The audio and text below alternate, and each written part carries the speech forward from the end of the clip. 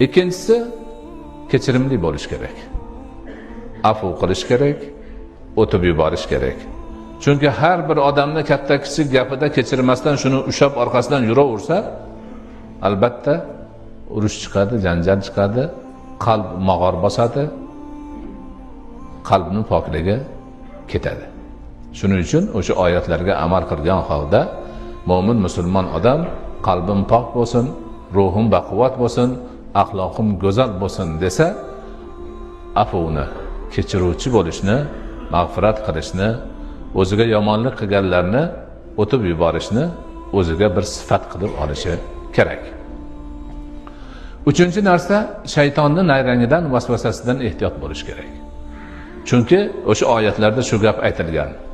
Oysha onamizni bo'xtoniga qo'shilgan mo'min musulmonlarni shaytonning vasvasasiga uchganlaridan shuni qilganligi ta'kidlanadi va mo'minlarga shaytonning vasvasasidan ehtiyot bo'lish ta'kidlanadi.